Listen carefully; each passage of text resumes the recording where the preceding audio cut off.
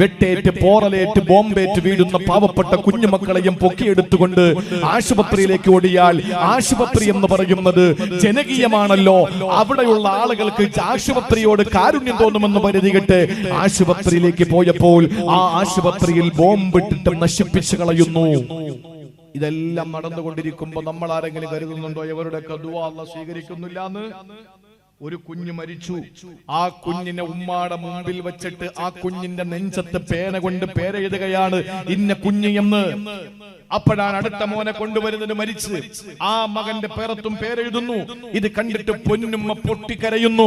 അപ്പോഴും ആ ഉമ്മ മരിക്കാൻ കിടക്കുന്ന സ്വന്തം സഹോദരന്റെ കാതിൽ വന്നിട്ട് ചോരയിൽ കുളിച്ച് നയാഗ്ര പോലെ ചോര ചാലിട്ടൊഴുകുന്ന പ്രിയപ്പെട്ട സഹോദരൻ, പെടയുന്ന പ്രിയപ്പെട്ട ജ്യേഷ്ഠ സഹോദരന്റെ കാതിൽ വന്നിട്ട് പറയുന്നു, കലിമ പറ മോനെ, നിനക്ക് സ്വർഗമാടാ, നിനക്ക് സ്വർഗമാണ്, ഞാനും വരാൻ വേണ്ടി കാത്തിരിക്കുക എന്ന് പറയുന്നു. അവർക്ക് സങ്കടങ്ങളില്ല. അള്ളാഹു രക്തസാക്ഷികൾ എന്ന് പറയുന്ന ഒരു വിഭാഗത്തെ അള്ളാഹു അവിടെ നിന്നും സൃഷ്ടിച്ചു കൊണ്ടിരിക്കുന്നു.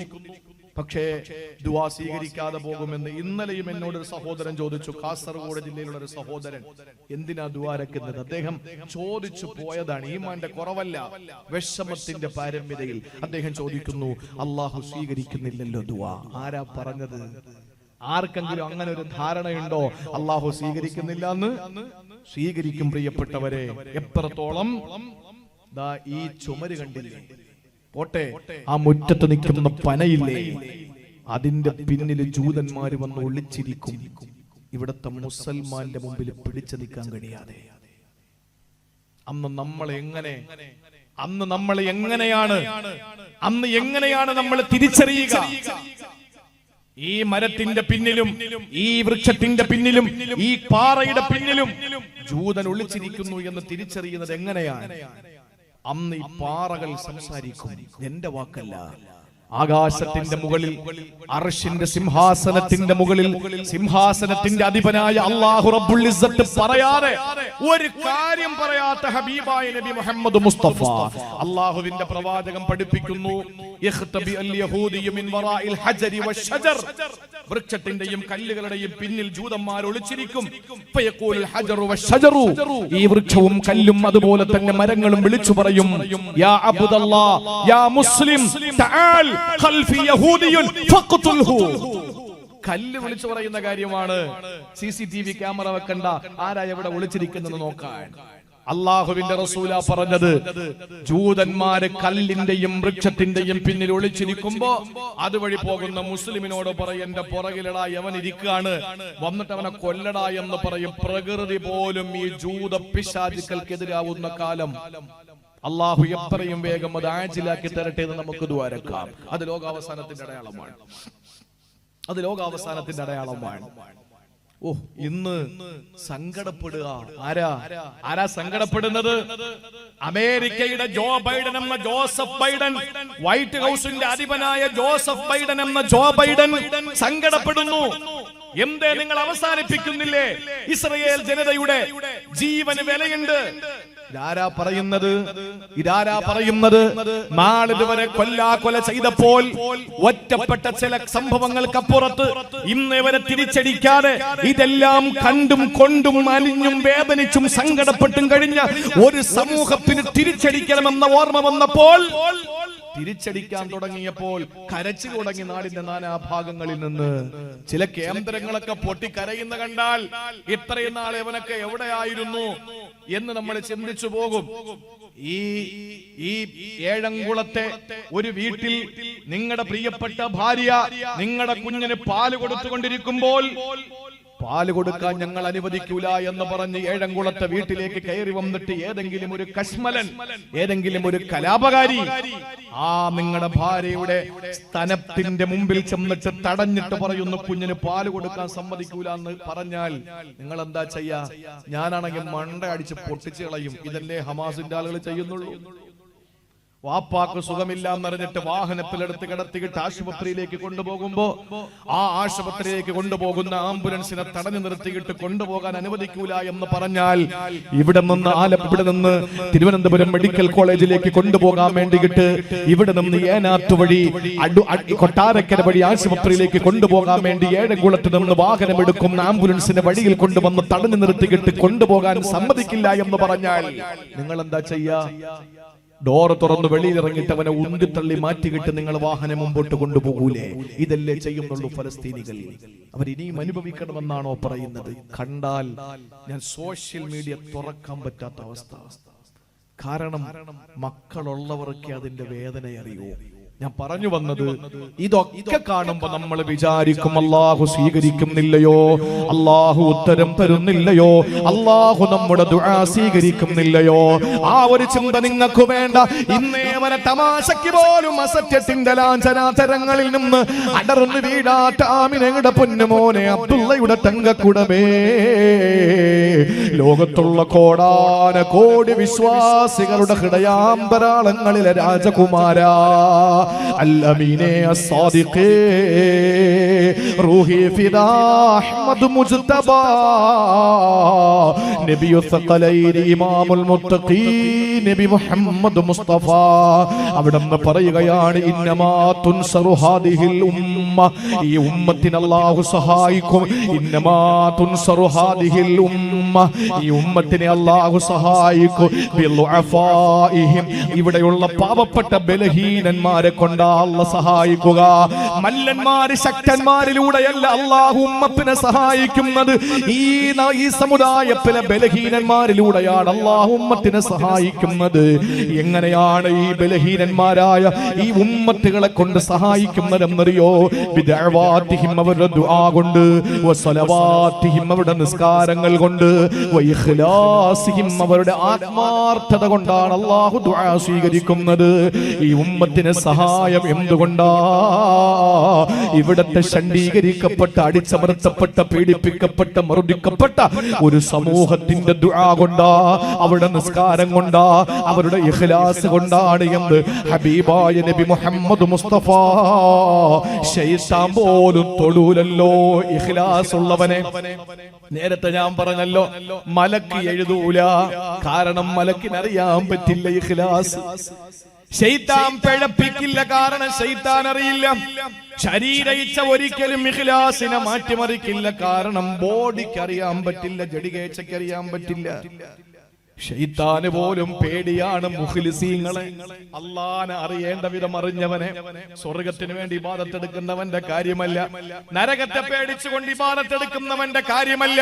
പിന്നെയോ ഇഖ്ലാസോടെ ആത്മാർത്ഥമായി നിഷ്കളങ്കമായി ഇബാദത്തെടുക്കുന്ന മുഖ്ലിസീങ്ങളെ ശൈത്താന് പോലും പേടിയാ. ഇതെന്റെ വാക്കല്ല, അല്ലാഹുവിനോട് ശൈത്താൻ ആണയിട്ട് പറഞ്ഞത് എന്തെന്നറിയോ? ഖാല ഫബിഇസ്സതി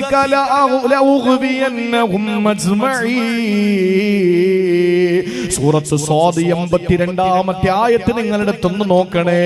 ശൈത്താൻ അല്ലാഹുവിനോട് സത്യം ചെയ്യുകയാ. ഖാല ഫബിഇസ്സതിക ലഉഗ്ദിയന്നഹും അജ്മഈൻ. അല്ലാഹുവേ, നിന്റെ ഇസ്സത്തിനെ തന്നെയാണ് സത്യം. അല്ലാഹുവിന്റെ ഇസ്സത്തിനെ കൊണ്ടാണ് സത്യം ചെയ്തത് ഇബ്ലീസ്. നിന്റെ ഉന്നതിയെ തന്നെയാണ് സത്യം, നിന്റെ ഔന്നത്യത്തെ തന്നെയാണ് സത്യം. ഉസ്താദിനറിയാം, രണ്ട് അക്ഷരം കൊണ്ടുവന്നിട്ടാണ് അവിടെ ശക്തമായി പറഞ്ഞത്. ഒന്നാദ്യത്തെ ല, പിന്നെയോ എന്ന് പറയുന്ന മണിക്കുന്ന രണ്ട് നൂനിൽ ഒരു നൂന്.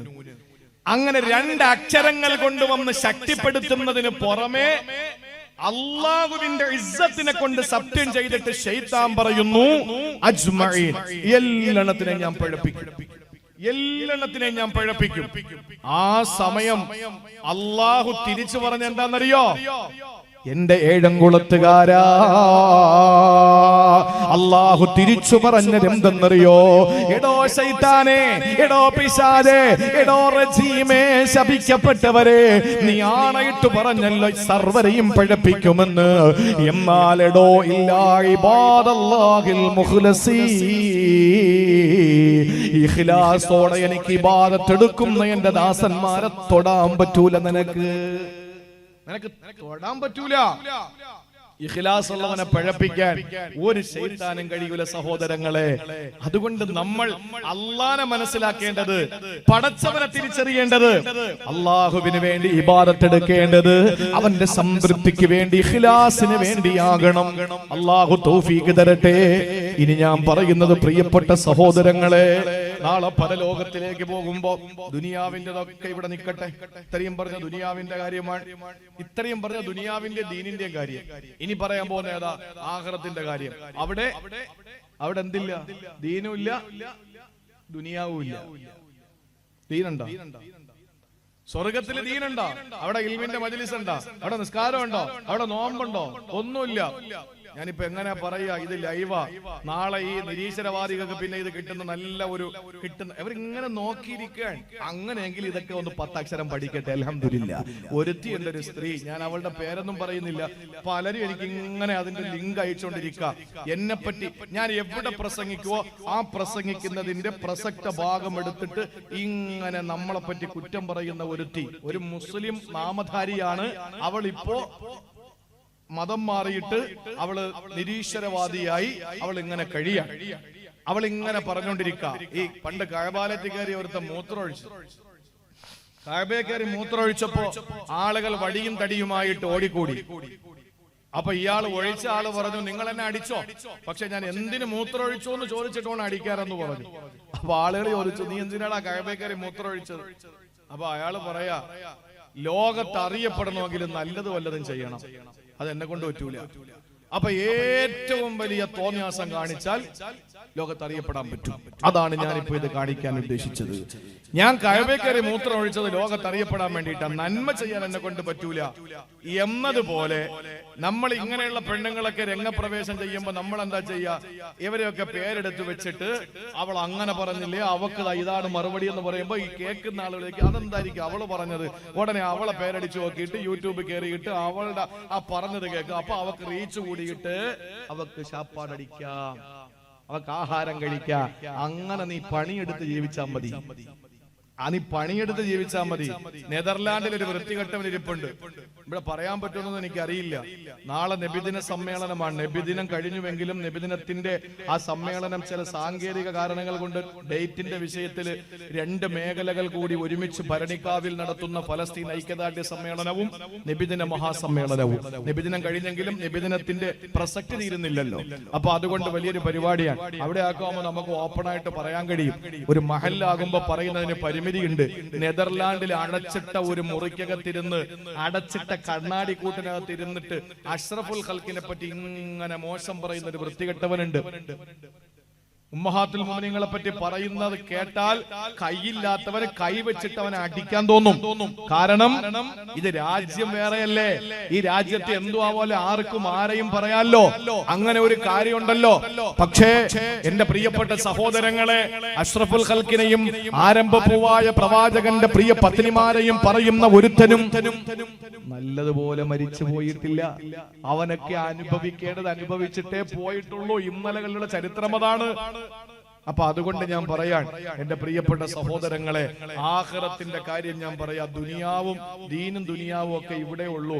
സ്വർഗത്തിലേക്ക് പോയി കഴിഞ്ഞാൽ നിസ്കാരവും ഇല്ല, നോമ്പും ഇല്ല, പിന്നെ അങ്ങോട്ട് ഹജ്ജിനും പോകണ്ട, ഒന്നും വേണ്ട, ഇഷ്ടം പോലെ ചെയ്യാം. അള്ളാഹുവെ കുറച്ച് കള്ള് കുടിക്കണം. അവിടെ ഉണ്ട് ഖുർആനിൽ എത്ര ആയത്തുകളാ.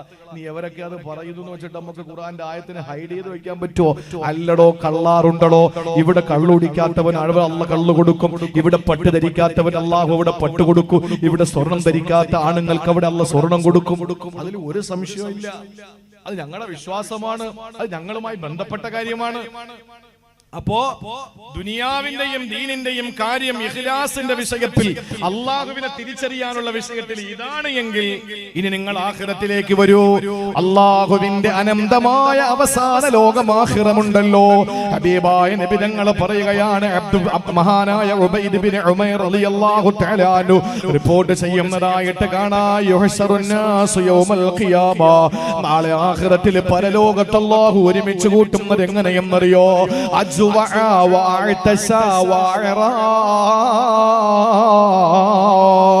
നാളെ പരലോകത്ത് അല്ലാഹു ഒരുമിച്ച് കൂട്ടുന്നത്. യൗമൽ ഖിയാമത്തിൽ അല്ലാഹു നമ്മളെ ഓരോരുത്തരെയും ഒരുമിച്ച് കൂട്ടുന്നത് എങ്ങനെയെന്നറിയോ? ഈ ഏഴംകുളത്തെന്നെ കേൾക്കുന്ന ഒരാളെ പോലും അല്ലാഹു വിടില്ല കേട്ടോ. എങ്ങനെയാണ് അല്ലാഹു ഒരുമിച്ച് കൂട്ടുന്നതെന്നറിയോ? 3 രീതിയിലാണ്.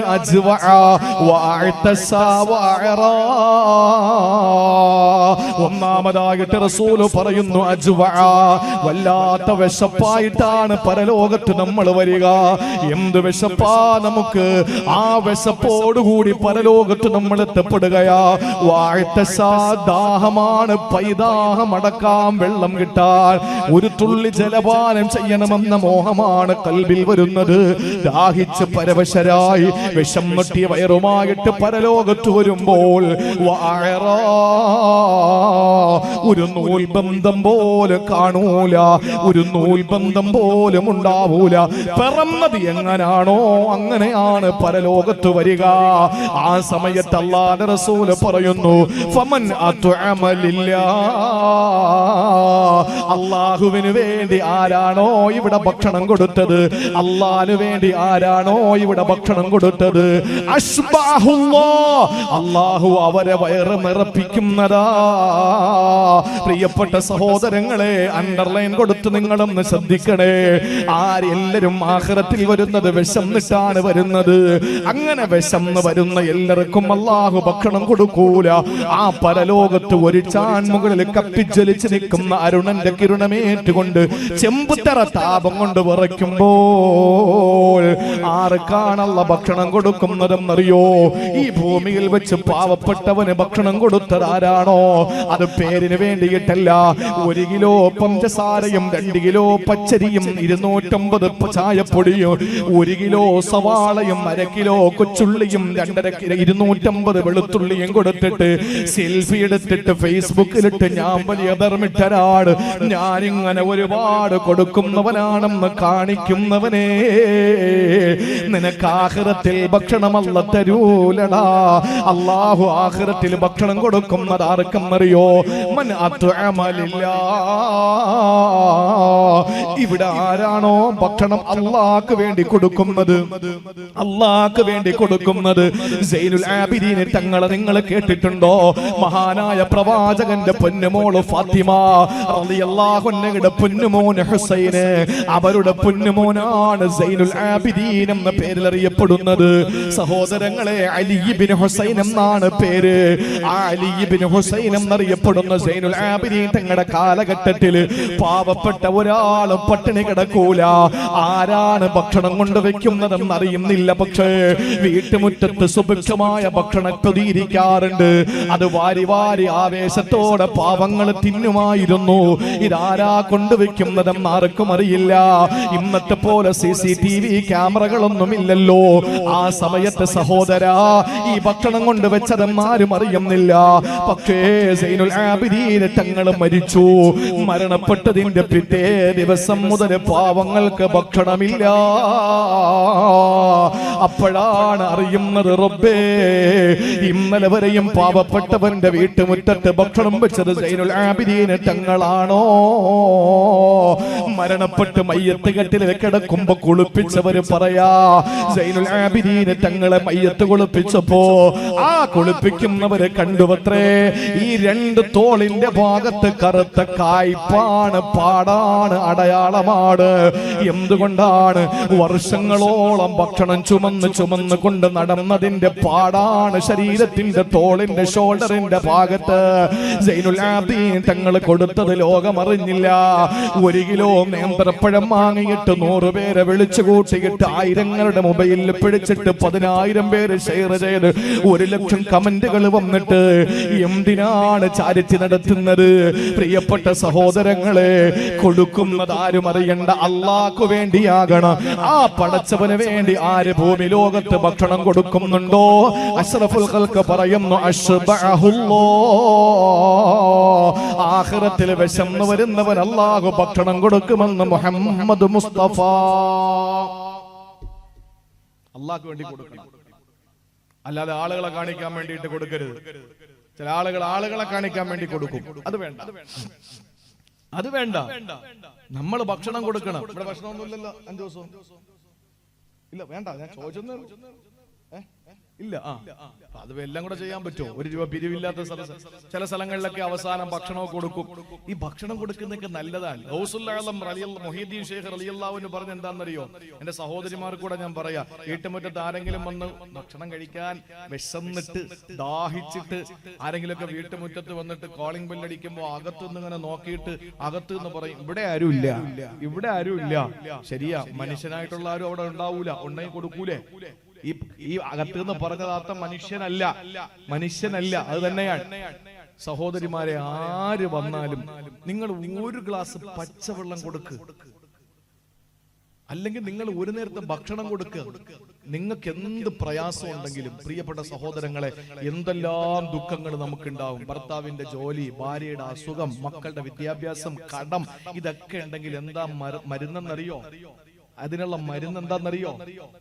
നിങ്ങൾ 2-3 പേർക്ക് നല്ല ഭക്ഷണം കൊടുത്തു നോക്ക്. അത് നിങ്ങൾ മട്ടനും ചിക്കനും ബീഫും ഒന്നും കൊടുക്കണ്ട.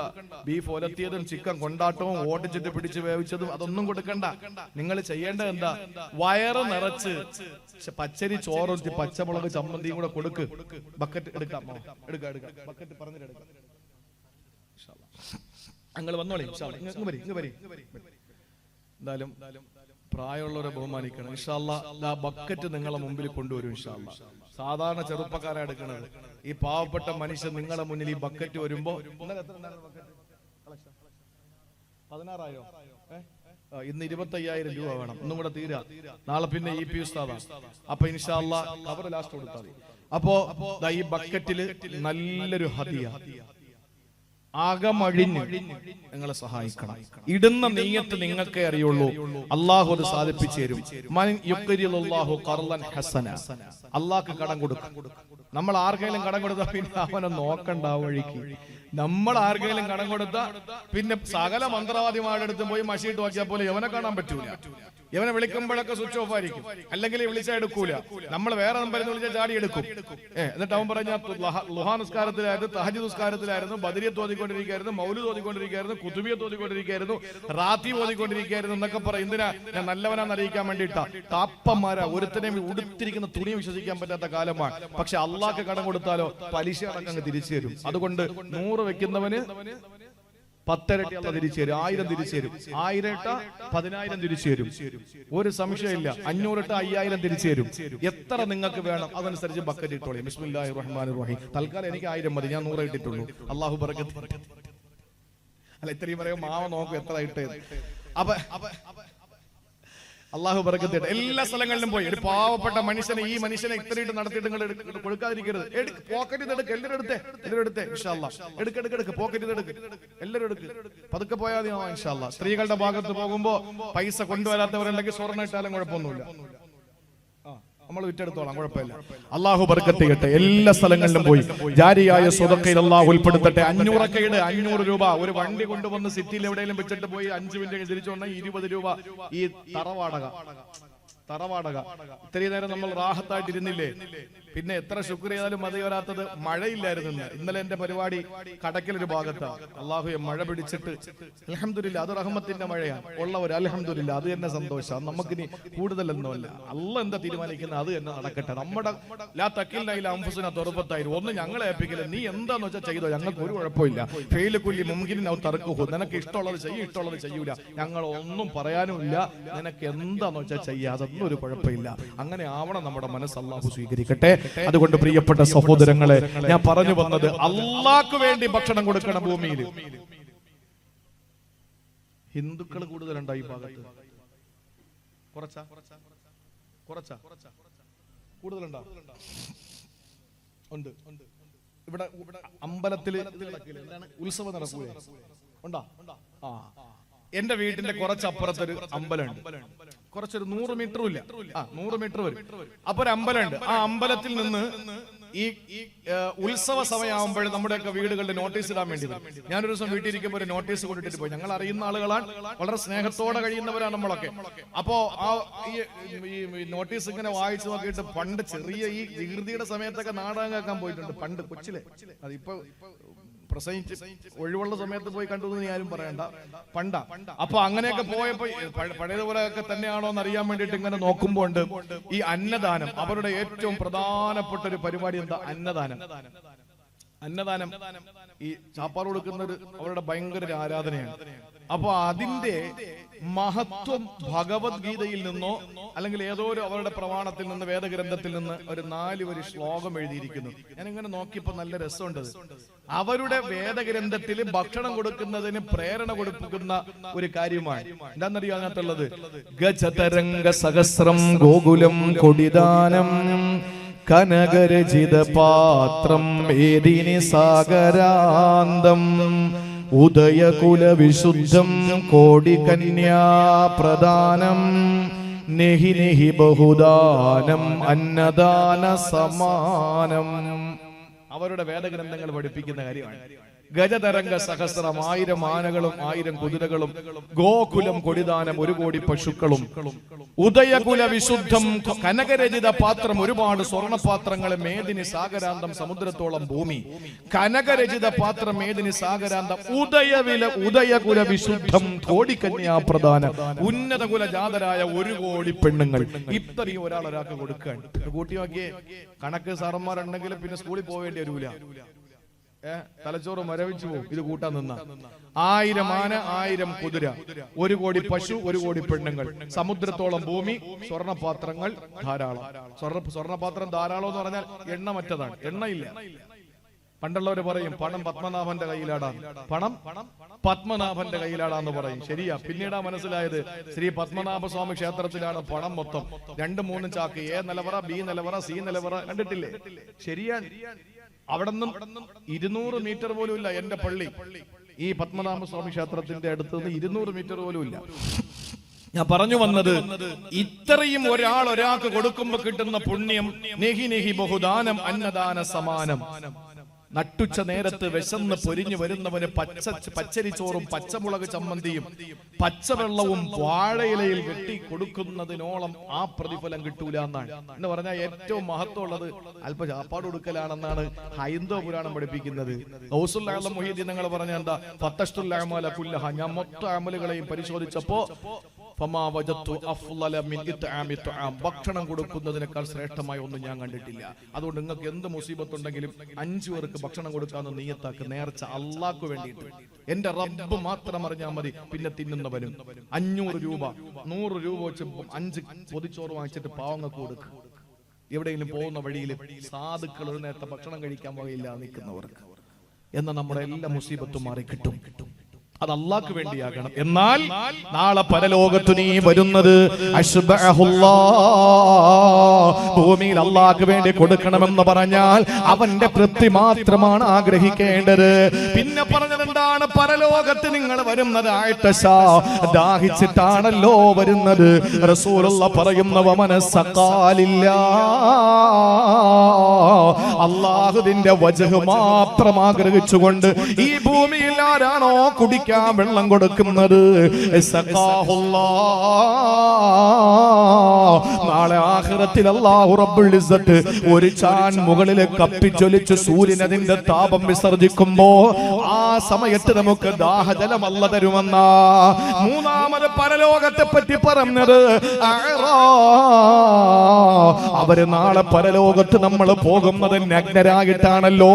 റസൂല് പറയുന്നവന് കസാലില്ല. ഇവിടെ ഒരു മുണ്ട്, ഒരു ഷർട്ട്, ഒരു പർദ, ഒരു നൈറ്റി, ഒരു പാന്റ്, ഒരു പാവാട, ഒരു ചെറിയ ഡ്രസ്സ് നമ്മൾ വാങ്ങിക്കൊടുത്തൊരു പാവപ്പെട്ടവന് എന്താണ് ആരും അറിഞ്ഞില്ല. അത് അല്ലാഹ്ക്ക് വേണ്ടി അവന് കൊടുത്തതാണ്. എന്നാള് നാളെ പരലോകത്ത് അല്ലാഹു നമ്മളെ തുണി ഒടിപ്പിക്കുമെന്ന് നബി മുഹമ്മദ് മുസ്തഫ. അതാണ് വിശുദ്ധ ഖുർആനിൽ അല്ലാഹു പറഞ്ഞത്. വയുത്ഇമൂന തുആമ അലാ ഹുബ്ബിഹി മിസ്കീനം വയതീമം വഅസീറാ. അല്ലാഹുവിന്റെ ഖുർആൻ പറയുന്നു വയുത്ഇമൂന തുആ. ആരാണ് ഭക്ഷണം കൊടുക്കുന്നത്? ആരാണ് ഭക്ഷണം കൊടുക്കുന്നത്? പ്രിയപ്പെട്ടവരെ, ആർക്കാ കൊടുക്കേണ്ടത്? വയുത്ഇമൂന തുആ. ഭക്ഷണം കൊടുക്കുന്നവര് അലാ ഹുബ്ബിഹി ആ ഭക്ഷണം അവന് വലിയ ആഗ്രഹമുണ്ട്. ആ ഭക്ഷണം ആഗ്രഹിക്കുന്നതോടൊപ്പം കൊടുക്കുന്നവരാരാ? ഫാത്തിമത്തെ സഹറ റളിയല്ലാഹു അൻഹയുടെ പൊന്നുമക്കളെ ഹസൻ ഹുസൈന് പനി പിടിക്കുകയാ. വല്ലാത്ത പനി അങ്ങ് മൂർച്ഛിച്ചപ്പോൾ സഹോദരങ്ങളെ നബിയും സ്വഹാബത്തും ഫാത്തിമയുടെ വീട്ടിൽ പോവുകയാ. അവിടെ ചെല്ലുമ്പോൾ ഫാത്തിമയുടെ പൊന്നുമക്കളെ ഹസൻ ഹുസൈന് സയ്യിദാ ശബാബി അഹ്ലിൽ ജന്ന, ഈ രണ്ട് പൊന്നുമക്കള് സ്വർഗ്ഗത്തിന്റെ യുവാക്കളുടെ നേതാക്കന്മാരാ. ഇവർ രണ്ടുപേര് കുഞ്ഞുമക്കളാണ്. നബി തങ്ങൾ സുജൂദിൽ കിടക്കുമ്പോ തലയിൽ കയറി ആന കളിച്ച മക്കളാ. ആ മക്കള് നിലത്ത് വീണു പോകുമോ എന്ന് പേടിച്ചുകൊണ്ട് റസൂലുള്ളാഹി സുജൂദിൽ നിന്ന് തല ഉയർത്താറില്ലത്രേ. മണിക്കൂറുകളോളം കിടന്നിട്ടുണ്ട് സുജൂദില്. ആ ഹസൻ ഹുസൈൻ റളിയല്ലാഹു തആല അൻഹുമാ പനിച്ചു കിടന്നപ്പോൾ സഹാബാക്കളിൽ ആരോ ഒരാൾ പറഞ്ഞു, നിങ്ങൾ 3 ദിവസം നോമ്പ് നിയത്താക്കുമോ? മക്കളുടെ രോഗം മാറട്ടെ, നോമ്പ് നിയത്താക്കുമോ? അങ്ങനെ ഫാത്തിമ റളിയല്ലാഹു അൻഹ, അലി റളിയല്ലാഹു അൻഹു, അതുപോലെ അവിടെ വീട്ടിലെ ജോലിക്ക് നിന്ന് ഫിദ എന്ന് പറയുന്ന സ്ത്രീ, അവര് 3 കൂടി 3 നോമ്പ് നേർച്ചയാക്കുകയാ. 3 പേര് 3 ദിവസം പിടിച്ചപ്പോ 9 ദിവസത്തെ നോമ്പായി. 9 നോമ്പായി ഫലത്തില്. അങ്ങനെ നോമ്പ് നേർച്ചയാക്കിയിട്ട് സഹോദരങ്ങളെ നോമ്പ് പിടിച്ചു. 3 ദിവസത്തെ നോമ്പ് 3 പേരും പിടിച്ച് പൂർത്തീകരിച്ചപ്പോ രോഗവും മാറി. കഥയതല്ല, ഈ മഹാനായ അലി തങ്ങള് നോമ്പ് തുറക്കാനും ഭക്ഷണമൊന്നുമില്ലാത്തത് കൊണ്ട് എവിടെയോ പോയി കുറച്ച് പൈസ ഒപ്പിച്ചു കൊണ്ടുവന്നു. എവിടെയോ പണിയെടുത്തിട്ട് കുറച്ച് ഗോതമ്പ് കൊണ്ടുവന്നു. ആ ഗോതമ്പ് കൊണ്ടുവന്നു അതിനെ 3ആയിട്ട് പങ്കുവെക്കുകയാ. എന്തുകൊണ്ടെന്നറിയോ? 3 ദിവസവും നോമ്പ് തുറക്കുമ്പോൾ ഭക്ഷണം കഴിക്കണ്ടേ? ആ 3 ദിവസത്തെ ഭക്ഷണം 3ആകിട്ട് ഓഹരി വെച്ചിട്ട് അതിൽ ഒരു ഭാഗം എടുത്തിട്ട് ഭക്ഷണം പാകം ചെയ്യുകയാ. നോമ്പ് തുറക്കാൻ മിനിറ്റുകൾ മാത്രമാണ് ബാക്കിയുള്ളത്. സുബ്ഹാനല്ലാഹ്. 3 പേരും നോമ്പ് തുറക്കാൻ വേണ്ടി ഭക്ഷണമെടുത്ത് ടേബിളിൽ ഭക്ഷണമെടുത്തിട്ട് സുപ്രയിൽ വെച്ചപ്പോ സഹോദരങ്ങളെ ആരോ ഈത്തപ്പന കഥകിൽ മുട്ടുകയാ. ഈത്തപ്പന കൊണ്ട് നിർമ്മിക്കപ്പെട്ട കഥകിൽ ആരോ മുട്ടുകയാ. അലിയാരറ്റങ്ങൾ ചെന്ന് നോക്കുമ്പോ അല്ലോ, ഒരു പാവപ്പെട്ട അഗതിയാണ്. കണ്ണ് കുഴിഞ്ഞ് കവള് കുഴിഞ്ഞ് എല്ലുണ്ടി വയറൊട്ടി പാവപ്പെട്ടവന് വശന്നിട്ട് കൈനീട്ടുന്ന രംഗമാണ് കാണുന്നത്. ആ സമയത്ത് പ്രിയപ്പെട്ടവരെ, അകത്ത് കയറി നോക്കുമ്പോ 3 പേർക്ക് കഴിക്കാൻ കുറച്ച് ഭക്ഷണം മാത്രമേ ഉള്ളൂ. ആ ഭക്ഷണം 3ആയി ഭാഗിച്ചതിന്റെ 1 മാത്രമാണ് പാകം ചെയ്തത്. ഇനി 2 നാളെയും മറ്റന്നാളും നോമ്പ് തുറക്കാനാ. ആ ഭക്ഷണം എടുത്തു അലിയാർ തങ്ങൾ കൊണ്ടുവന്ന പാവപ്പെട്ടവന് കൊടുക്കുകയാ. എന്നിട്ടവര് പച്ചവെള്ളം കൊണ്ട് നോമ്പ് തുറക്കുകയാ. സഹോദരങ്ങളെ, പിറ്റന്ന് നോമ്പ് പിടിക്കുകയാണ്. മക്കളെ രോഗം മാറാൻ വേണ്ടി പിടിച്ച നോമ്പാ. ആ സമയത്ത് നോമ്പ് തുറക്കാനുള്ള സമയമെത്തി. ആ പ്രിയപ്പെട്ട ഭാര്യയും ഭർത്താവും ജോലിക്കാരെ കൂടി ഭക്ഷണം പാകം ചെയ്ത് സഹോദരങ്ങളെ സുപ്രയിലെടുത്ത് വെക്കുമ്പോ അള്ളാന്റെ പരീക്ഷണമാണോ? അതെ, അവരെ കാച്ചി കുറുക്കിയെടുക്കുകയാണോ? അള്ളാഹുവിന്റെ പരീക്ഷണം വരികയാ. പുറത്തിറങ്ങുമ്പോൾ ആരോ കതകിനെ മുട്ടി പുറത്തിറങ്ങുമ്പോൾ ഒരു അനാഥനായ പൊന്നുമോനുക്കുകയാ. വാപ്പയില്ലാത്ത പൊന്നുമോനാണ്. ഭക്ഷണം വിളമ്പി കൊടുക്കാൻ വീട്ടില് വാപ്പയില്ല, ഉമ്മയില്ല. അനാഥത്വം പേറി വന്ന പൊന്നുമോന് വിശക്കുകയാ. കൈനീട്ടി അലിയെ വല്ലതുകൊണ്ടോ? അലിയെ തങ്ങളകത്ത് കയറിയിട്ടാ ഭക്ഷണം എടുത്തിട്ടാ കുഞ്ഞിന് കൊടുക്കുകയാ. അന്നും പച്ചവെള്ളം കൊണ്ട് നോമ്പ് തുറന്നു കിടന്നുറങ്ങി. പിറ്റന്ന് 3ആമത്തെ നോമ്പാണ്. അവശേഷിക്കുന്ന 3ആമത്തെ ഭാഗം പാകം ചെയ്തു. എന്നിട്ടാ ഭക്ഷണം എടുത്തു നോമ്പ് തുറക്കാനിരിക്കുമ്പോൾ ഇതാ സഹോദരങ്ങളെ കതകിനെ മുട്ടുകയാ. അലിയെ തങ്ങൾ വെളിയിലേക്ക് ഇറങ്ങുമ്പോൾ തടവ് പുള്ളിയാണ്. അന്നത്തെ തടവുകാരുടെ പ്രത്യേകത എന്തെന്നറിയോ? അവരെ ഇങ്ങനെ അഴിച്ചങ്ങ് വിടുകയാണ്. അവർക്ക് പുറത്തു പോകാൻ പാടില്ല. അവര് ഭക്ഷണം കഴിക്കണമെങ്കിൽ ആരുടെയെങ്കിലും വീട്ടിൽ ചെന്നിട്ട് ഭക്ഷണം യാചിച്ച് കഴിച്ചോളണം. എവിടെന്നെങ്കിലും കിട്ടുന്ന ഭക്ഷണം കഴിച്ചോളണം. ശിക്ഷ അതാണ്. ഒരു അനാഥ ഒരു തടവ് പുള്ളിയായ മനുഷ്യ കാലുകളിലെ ചങ്ങല ബന്ധിക്കപ്പെട്ട് അവിടെ മുമ്പിൽ വന്ന് കൈനീട്ടുകയാ. വിശക്കുന്നു. അലി ഇബ്നു അബീ താലിബ് റളിയല്ലാഹു അൻഹു കേറിയിട്ട് ആ ഭക്ഷണവും എടുത്തിട്ട് അവസാനത്തെ ഭക്ഷണവും കൊണ്ടുവന്ന് കൊടുക്കുക. കൊടുക്കുകയാ. 3 ദിവസത്തെ നോമ്പിന്റെ പൂർത്തീകരണത്തിന് പച്ചവെള്ളം കൊണ്ട് നോമ്പ് തുറന്നു. സഹോദരങ്ങളെ, പിറ്റന്ന് 4-ാം ദിവസത്തിൽ നോമ്പില്ല, പക്ഷെ കഴിക്കാൻ ഭക്ഷണവുമില്ല. അലിയാര് തങ്ങൾ പള്ളിയിൽ വന്നപ്പോൾ വല്ലാത്തൊരു കോലമാ റസൂല് കാണുന്നത്. 3 ദിവസം നോമ്പ് പിടിച്ച് പച്ചവെള്ളം മാത്രം കുടിച്ചിട്ട് നോമ്പ് തുറന്ന ശരീരത്തിന്റെ ക്ഷീണം റസൂലുള്ളാഹി കണ്ടപ്പോ, എന്റെ അലിയേ ഇത്? അലിയാര് തങ്ങൾ നടന്ന കാര്യങ്ങൾ അങ്ങ് പറഞ്ഞു. ആ സമയത്തിന് വിധങ്ങൾ ചോദിച്ചു, എന്റെ ഫാത്തിമ എന്താ ചെയ്യുന്നത്? എന്റെ ഫാത്തിമ എന്താ ചെയ്യുന്നത്? പൊന്നുമോളല്ലേ? അലിയാര് തങ്ങൾ പറഞ്ഞു, ഫാത്തിമ വീട്ടിലുണ്ട് നബിയേ. റസൂലും അലിയും കൂടി ഫാത്തിമയെ കാണാൻ വേണ്ടി വീട്ടിലേക്ക് വരികയാ. ആ സമയത്ത് ഒരു പഴം തുണി കിടക്കും പോലെ വീടിന്റെ ഒരു മൂലയിൽ ചുരുണ്ടുകൂടി കിടക്കുകയാണ് ഫാത്തിമത്തെ സഹ്റ. കഴിക്കാൻ ഭക്ഷണമില്ല. ഉള്ള ഭക്ഷണം എവിടുന്നോ ഭർത്താവ് കൊണ്ടുവന്നത് നോമ്പ് പിടിച്ചിട്ട് നോമ്പ് തുറക്കാനില്ലാതെ വന്നപ്പോ അത് കൊടുത്തിട്ട് പാവപ്പെട്ട 3 പേർക്ക് 3 ദിവസം കൊടുത്തിട്ട് പച്ചവെള്ളം കൊണ്ട് നോമ്പ് തുറന്നിട്ട് കിടക്കുകയാ. ഹബീബേ, അല്ലാഹുവിന്റെ റസൂലേ, കവിൾത്തടങ്ങളും നിറയുകയാ. സജലങ്ങളായ കണ്ണുനീർത്തുള്ളികൾ കവിൾത്തടത്തിലൂടെ ചാലിട്ടൊഴുകുകയാ. ഇത് കണ്ടപ്പോ റസൂലുള്ളാഹിന്റെ കണ്ണുനീര് തടം തല്ലി ഒഴുകുന്നത് കണ്ടപ്പോ അല്ലാഹ്ക്ക് സഹിക്കൂലല്ലോ.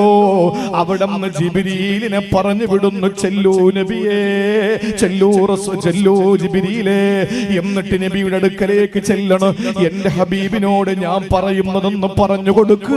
അല്ലാഹു ജിബ്രീലിനെ അയക്കുന്നു. ഫാത്തിമയുടെ വീട്ടിലേക്ക് ജിബ്രീൽ കടന്നു വരുന്നു. അഷ്റഫുൽ ഖൽഖിന്റെ അടുത്ത് വന്ന് ഓതി കൊടുക്കുന്നു, വയുത്ഇമൂന തുആമ അലാ ഹുബ്ബിഹി. കഴിക്കാൻ ആർത്തിയോടെ കാത്തിരിക്കുന്ന ഭക്ഷണം മറ്റുള്ളവർക്ക് കൊടുക്കുന്നവര്. ആർക്കാ കൊടുത്തത്? മിസ്കീനന് വയതീമൻ വഅസീറാ. 1-ാം ദിവസം മിസ്കീനും, 2-ാം ദിവസം യതീമിനും, 3-ാം ദിവസം തടവ് പള്ളിക്കും കൊടുത്തല്ലോ. ഇന്നമാ നുത്ഇമുക്കും ലിവജ്ഹില്ലാ. ഇവര് കൊടുത്തത് അല്ലാഹുവിന്റെ വജ്ഹിന് വേണ്ടിയാ. ഇവര് കൊടുത്തത് അല്ലാഹുവിന്റെ തൃപ്തിക്ക് വേണ്ടിയാ. അല്ലാതെ ഈ മിസ്കീനിൽ നിന്നും എന്തെങ്കിലും കിട്ടാനല്ല, യതീമിൽ നിന്നും എന്തെങ്കിലും കിട്ടാനല്ല, തടവ് പുള്ളിയിൽ നിന്ന് എന്തെങ്കിലും കിട്ടാനല്ല. ഇവര് കൊടുത്തത് അല്ലാഹുവിന്റെ വജ്ഹിനാണ്. ഇന്നമാ നുത്ഇമുക്കും ലിവജ്ഹില്ലാ ലാ നുരീദു മിൻകും ജസാഅൻ വലാ ശുകൂറാ. പ്രത്യുപകാരമോ നന്ദി വാക്കോ ഒന്നും ഞങ്ങൾക്ക് വേണ്ട. ഒരു നല്ല വാക്ക് നിങ്ങൾ പറയും, അതെനിക്ക് വേണ്ട. നിങ്ങൾ പിന്നീട് ഞാൻ പട്ടിണി കിടക്കുമ്പോ എനിക്ക് ഭക്ഷണം തരും, അതും എനിക്ക് വേണ്ട. ഞാൻ തന്നത് ലിവജ്ഹില്ലാ, അല്ലാഹുവിന്റെ വജ്ഹിന് വേണ്ടിയാണ്. മാത്രമല്ല, ഇന്നാ നഖാഫു മിർ റബ്ബിനാ യൗമൻ അബൂസൻ ഖംതരീറാ. മുഖം ചൂളി പോകുന്നൊരു ദിവസം വരാനുണ്ട്. നഫ്സി നഫ്സി എന്ന് പറഞ്ഞ് പ്രവാചകന്മാര് പോലും നെട്ടോട്ടമോടുന്ന മഹ്ശറിൽ അല്ലാഹു റബ്ബുൽ ഇസ്സത്തിന്റെ മുമ്പിൽ എനിക്ക് നഷ്ടപ്പെട്ടു പോകാനൊന്നുമില്ല.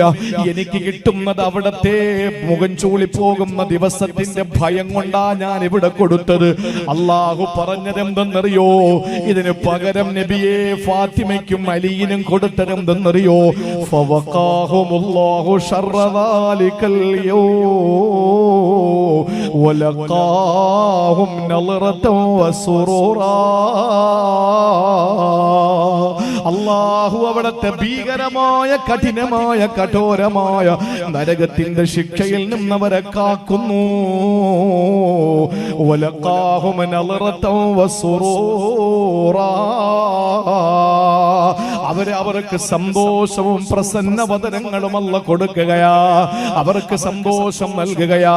പ്രിയപ്പെട്ട സഹോദരങ്ങളെ, നമ്മൾ കൊടുക്കുമ്പോ നമുക്ക് ആഗ്രഹമുള്ളത് കൊടുക്കണം. അതെവിടെ കൊടുക്കണം? അർഹതപ്പെട്ടവർക്ക് കൊടുക്കണം. എന്തിനു കൊടുക്കണം? ലിവജ്ഹില്ലാ, അല്ലാഹുവിന്റെ വജ്ഹിന് വേണ്ടിയാകണേ. അങ്ങനെയാണ് ഇബാദത്ത് എടുക്കേണ്ടത്. ഇതേ അലി തങ്ങളുടെ കഥ പറഞ്ഞ് ഞാൻ അവസാനിപ്പിക്കുമ്പോ, അലിയിൽ തുടങ്ങി അലിയിൽ ഞാൻ അവസാനിപ്പിക്കുമ്പോ വീണ്ടും ഞാനൊന്ന് മടങ്ങി പോകുന്നു അലിയിലേക്ക്. അലി റളിയല്ലാഹു അൻഹു പറഞ്ഞു, ഇബാദത്ത് എടുക്കുന്നത് സ്വർഗം വാങ്ങാനാകരുത്. അത് പ്രിയപ്പെട്ടവരെ കച്ചവടക്കാരുടെ ശൈലിയാ. നരകം പേടിച്ചുകൊണ്ടാകരുത്. അത് തൊഴിലാളികളുടെ ശൈലി. ശൈലിയാ. പ്രിയപ്പെട്ടവരെ, തന്ന നിഅമത്തുകൾക്ക് നന്ദിയായിട്ടാകരുത്. അത് ഈ സ്വതന്ത്ര ചിന്താഗതിക്കാരുടെ ശൈലിയാ. പിന്നെ എന്തു വേണം? ഇന്നമാ നുത്ഇമുകും ലിവജ്ഹില്ലാ, അല്ലാഹുവിന്റെ വജ്ഹിനു വേണ്ടി ഞാൻ ചെയ്യുകയാ. അതാണ് അലി തങ്ങൾ ആദ്യം പറഞ്ഞത്. എന്തു ചെയ്താലും ഇബാദത്ത് ലില്ലാഹ്, അൽ ഹബ്ബു ലില്ലാഹ്. ഒരാളെ ഇഷ്ടപ്പെടുന്നത് അല്ലാഹുവിന് വേണ്ടി, വൽ ബുഗ്ളു ലില്ലാഹ്. ഒരാളെ വെറുക്കുന്നതും അല്ലാഹുവിന് വേണ്ടി, എല്ലാം അല്ലാഹുവിന് വേണ്ടി. ആ പടച്ചവനിലേക്ക് നമുക്ക് മടങ്ങി പോകണം. എല്ലാം അല്ലാഹു നമുക്ക് തരുന്ന സംതൃപ്തിക്കു വേണ്ടി. അല്ലാഹു ആ വിഭാഗത്തിൽ നമ്മളെ പെടുത്തട്ടെ.